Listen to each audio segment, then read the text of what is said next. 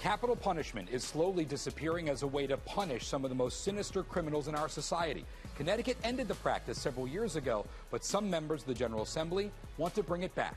Good morning and welcome to Face the Facts. Thank you for joining us. Capital punishment was repealed officially in 2015 when the Connecticut Supreme Court ruled the state's future ban on the practice was unconstitutional. The politics of the issue have remained charged after the murderers in the Cheshire home invasion were sentenced to death, but later allowed to live as a result of that change. The last person to die by lethal injection here in Connecticut, this state's method of choice, was Michael Ross. The serial killer was put to death in 2005. I'm joined now by our good friend Jerry Brooks. Jerry, you were there for that execution. I was one of 5 media witnesses that night. And certainly it was an eye-opening experience, a one-of-a-kind experience. I remember it in 3 parts, being brought in, being told, here's what's going to happen, here's how it's going to happen. The part that really stuck with me wasn't so much the execution itself. It was the long walk from the briefing room down the hall to the death chamber. It was still, it was silent, it was antiseptic. You could hear your footsteps echo, and it gave you so much time to just think about where you were and what's going to happen. And that's the part that affected my general outlook regarding the death penalty. And we'll get to that a little later. Jerry Brooks, thank you so much for joining us. We'll have you back shortly. Now joining us is State Representative Mike France. He's one of the representatives who wants to bring back capital punishment here in Connecticut. Representative France, thank you so much for being here with us. Pleasure to be here. So first, simply, why should Connecticut bring back capital punishment? Well, in the case of many of the heinous crimes that are out there, it is a afflicted penalty for those crimes. It is also a deterrent at some level. There's argument over how much of a deterrent there is, but the real reason is in law and order is there are these heinous crimes, and you mentioned the Cheshire murders, that should be punished by death, as opposed to letting them live. Is this something that your constituents have said to you, Representative France, I really think that the state needs to go back into this direction? I would say it's not directly from constituents, but if you look at the polling, the majority of residents of Connecticut favored in not having it repealed. I think that that's still the same today. The challenge in some of the cases of arguments against it are not really related to the punishment itself, but are more emotional or a fairness or equity issue. You mentioned that letting them live is not, that should not be the end result for certain cases. What about, though, that long appeals process that costs taxpayers money, that it could take decades in this state to actually execute somebody? That is true, and that is one of the issues that was raised as a reason for doing away with the capital punishment. But the Division of Criminal Justice basically said the same thing is true for life without parole. For the entire time that they're in jail, they have the ability to file appeal after appeal after appeal in the same way. There aren't the automatic appeals that were engendered as a safeguard to ensure the death penalty was appropriately placed, but those appeals process still exists today. On some of the emotion here, whenever you see that convicted killer, that sinister person, like we mentioned off the top, back in the headlines, doesn't that bring back, though, some of those memories, some of what actually happened? Whereas if they just get a life sentence, then they never get heard from ever again. That is literally locking them up and throwing away the key. What about that argument? Well, that is true, but you know, it's interesting when you talk to victims, there's not a significant outcry on that. There are certainly some that they have to relive, but the issue in this case is life without parole. But you do see the same thing when parole hearings come up for those that are eligible for that. The same thing happens. But if you flip it and you look at, is it fair for the person who might be in their early 20s or 30s to live 40, 50 years when they took a life? Yeah. And that's a perspective that's the flip of the other side, which is it takes a long time and the issue is raised for the victims. You've filed one of the 3 proposals to bring this back. They're very simple in nature. You also know the likelihood of them coming up are slim. Correct. But what do you think it would look like? Would it be going back to lethal injection? And even so, how do you think the state would be able to get the actual cocktail Right. to do this. Have you thought that through at this point yet, or no? I think the discussion is merited. You know, as chair of the Conservative Caucus, we looked at bills for this session. One of them happened to be the death penalty, and it turned out to be House Bill 5632, and there were a couple of others that did. We looked at that as it needed to be brought back and really reflective of the state and the sense of the state. As far as the details on that, the Supreme Court's ruled several times in recent years on what's an acceptable mix of cocktails. There was an issue, I believe, with a foreign origin of the mix. It didn't work. So there are things there. So I think the challenge really becomes much like any other product, supply and demand. If there aren't a lot of executions happening, it's difficult to find those products. So in a sense, it would still be difficult to actually carry out an execution even if we had it. It would take a while. It certainly could. Yeah. But the challenge is how much of a deterrent is that penalty?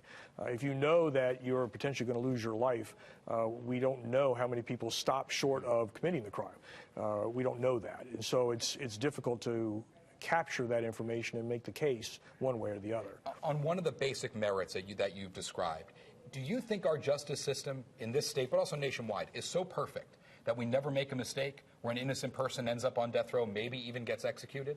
Because then that is irreversible. Correct. So what's your take on that? I think that what we've seen with technology, particularly with DNA, that there is less likely that would happen. And that's why I think you need to be careful about how you approach the sentencing and make it very restrictive only for the most heinous crimes, as well as that you have definitive, objective evidence that the person committed the crime. And if they admit to it, I mean, certainly that's another aspect to it. Right. But I think that's why you need to be very cautious about how you predict it and limit the crimes that are actually under that. And finally, for the 11 men who are still on, had their sentences changed on death row, let's say it came back, would you want them changed back to the death penalty? I would say at this point, based on the Supreme Court ruling on that, it'd be unlikely that would happen. Sure. I think it would be appropriate, but it would be something that the court system would have to go back to and look to. And certainly those 11 men and women would appeal. And then the court system would decide, just like they did in when it was repealed prospectively, that they should not be punished in that way. State Representative Mike France, thank you so much for joining us. My pleasure. We'll be right back. I'm joined once again by Jerry Brooks. Jerry, you were continuing to tell us what it was like the last time the state executed someone. All right, we walked down the corridor last time. Now let's go into the death chamber, the execution room. And the media witnesses are separated by a curtain from the friends and loved ones of the victims who want to witness the execution themselves. And you could hear one of them say, "This is too easy." Because there's Michael Ross lying flat on the gurney, strapped down, had no last words, had nothing to say, didn't want to say anything. And then you're just waiting for the event to happen. And there were a couple of delays until Governor Jody Rell at the time finally said, "Okay, go ahead." And it was like 2:30 in the morning. They give him the lethal injection, and he kind of gasped and buckled a little bit. And everybody's wondering, is this going well? Yeah. You know, that's when you ask, how effective is this? Ultimately, it proved to be very effective because it did take hold. But that's where suddenly some questions were asked.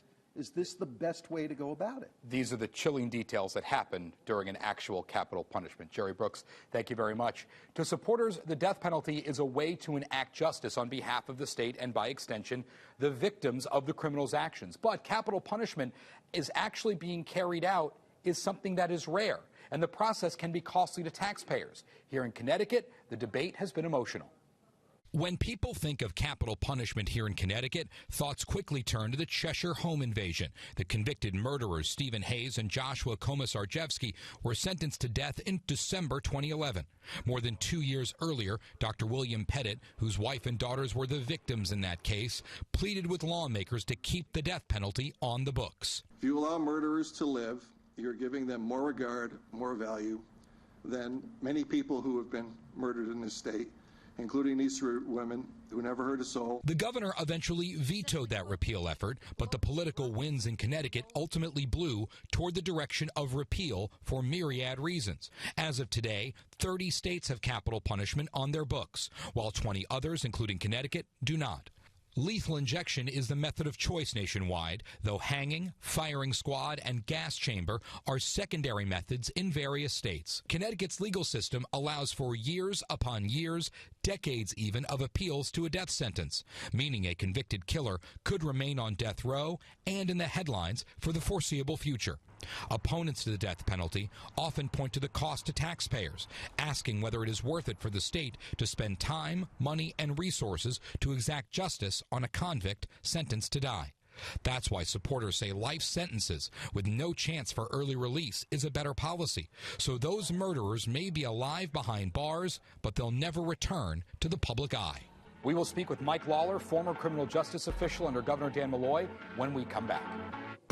Joining our discussion today is Mike Lawler, Associate Professor of Criminal Justice at the University of New Haven and former Criminal Justice Undersecretary here in the state of Connecticut. Mike, it is great to have you here. Thanks, Max. Great to be here. So first, let me ask simply, do you think the issue of capital punishment is settled here in Connecticut? I do. I don't think there's any turning back. I mean, the momentum around the country is clearly against it. I mean, state after state has repealed the death penalty in the last 10 years. So I'm pretty sure it's an artifact of history, not just here, but soon enough nationwide. Do you think, as it is currently enacted in this country, that the death penalty is constitutional? Well, it depends, right? And so every state has their own constitution. Right. Connecticut, the ruling was based on our state constitution. But what I think you're seeing in state Supreme Courts and state legislatures around the country, including in some very red states, there's growing momentum to repeal the death penalty. That's already happened in a bunch of red states. Right. And so I think you'll see that continue.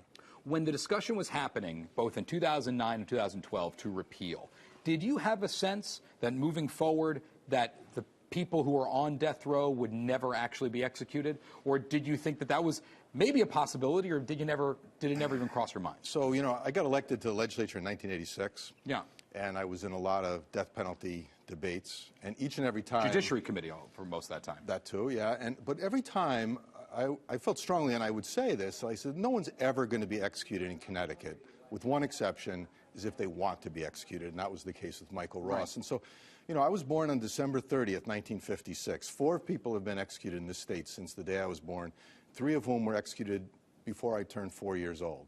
And so it's not like people are actually ever being executed in our state. And I think that's one of the reasons it got repealed, is it's just a fraud to the victims' families who go through this endless appeal process where there's no realistic chance that anyone's actually going to be executed. So the issue really is with the appeals process. It can just keep going and going and going, and then you just have somebody who the state's basically been paying for, but they're never actually going to get executed. Yeah, look at California. Just a couple of weeks ago, the governor said, okay, we're not executing people anymore. There's 737 people on death row in California. The last person to get executed in that state was executed 13 years ago. Since the death penalty was reinstated in California in 1976, only 13 people have been executed. So that's one of many examples of states which in theory have it, but as a practical matter don't use it. In the debate in 2009 specifically, when Jody Rell vetoed it, how much did the Cheshire home invasions color that conversation, do you think? Well, it was very interesting. You know, number one, it was a bipartisan vote to repeal the death penalty that year. And this is happening only a year and a half after the actual Cheshire murders. And one would think that you'd never, you know, this would be unthinkable to have this debate. But it happened, and it passed. The governor vetoed it, and then the same bill was actually signed into law a few years later by Governor Malloy. And it was a factor because, obviously, by its own terms, it was prospective only. So in theory, it wouldn't affect the sentences of the people who are already on death row. But they hadn't yet been sentenced. They hadn't yet gone through the entire process yet, because they were sentenced for a couple of years. Correct. They had not, but there's other people on death row who had already. But, you know, this was the same bill that had been debated in previous years before the Cheshire murder, prospective only. And, you know, it's also important to point out that in 1995, John Rowland took office. One of his campaign promises was, if elected, I will enact a workable death penalty. And no one was ever executed under that new, quote-unquote, workable law. And this kind of, you know, there's people who disagree about the morality of capital punishment, but you can't disagree about the practicality of this. It just doesn't happen. It's a fraud. And that's why when it was finally repealed, most of the victims' families who testified to the Capitol said, just get rid of it. It doesn't work. It's cruel and unusual punishment for us to have to keep coming back time and time again. And I think that turned the tide. And, of course, you're a Democrat. Democrats still control the General Assembly. A lot of work's been done on criminal justice reform over the last several years that you were, of course, a big part of. Within the context of that criminal justice reform, Could you even bring back the death penalty? Would that just be hypocritical on its own if you brought it back? Well, you could technically bring it back. Sure. I mean, the Supreme Court ruling here didn't say that capital punishment is unconstitutional. It just said the current array of factors led to unconstitutionality. But yeah, I mean, it's theoretically possible. I don't think it's going to happen. It's not. It is not happening anywhere. And, you know, interesting, the politics here in Connecticut, even though that happened, it was very controversial and very public, the repeal of the death penalty. That never came up in anybody's election campaign. I was running for re-election after we had all voted to get rid of the death penalty. It never even came up in Mike, and I represented... People just aren't talking about this anymore. Yeah, I don't think it's a factor. I think in theory people don't have a problem. They think some of these murderers deserve it, and that's really not the issue. The issue is, can you actually do it? Is it fake? And, you know, the United States is the only country really in this quote-unquote civilized world that does this. Nobody in Europe, nobody in the Western Hemisphere except for Cuba. You know, the countries that execute the same number as our country, Iran, Pakistan, China, United States. You don't think we should be in that company anymore? Well, I think most people would think that's not the club we want to belong to. Mike Lawler, University of New Haven criminal justice professor. We'll be right back with more from Jerry Brooks. I'm back with Jerry Brooks. Jerry, what were the final moments like when Michael Ross was in the death chamber? Well, all right. The final moments were kind of, ooh, it's happening. You know, and it's new to everybody. Nobody's seen an execution in Connecticut since Mad Dog Taborski in 1960. But here's the bottom line for me.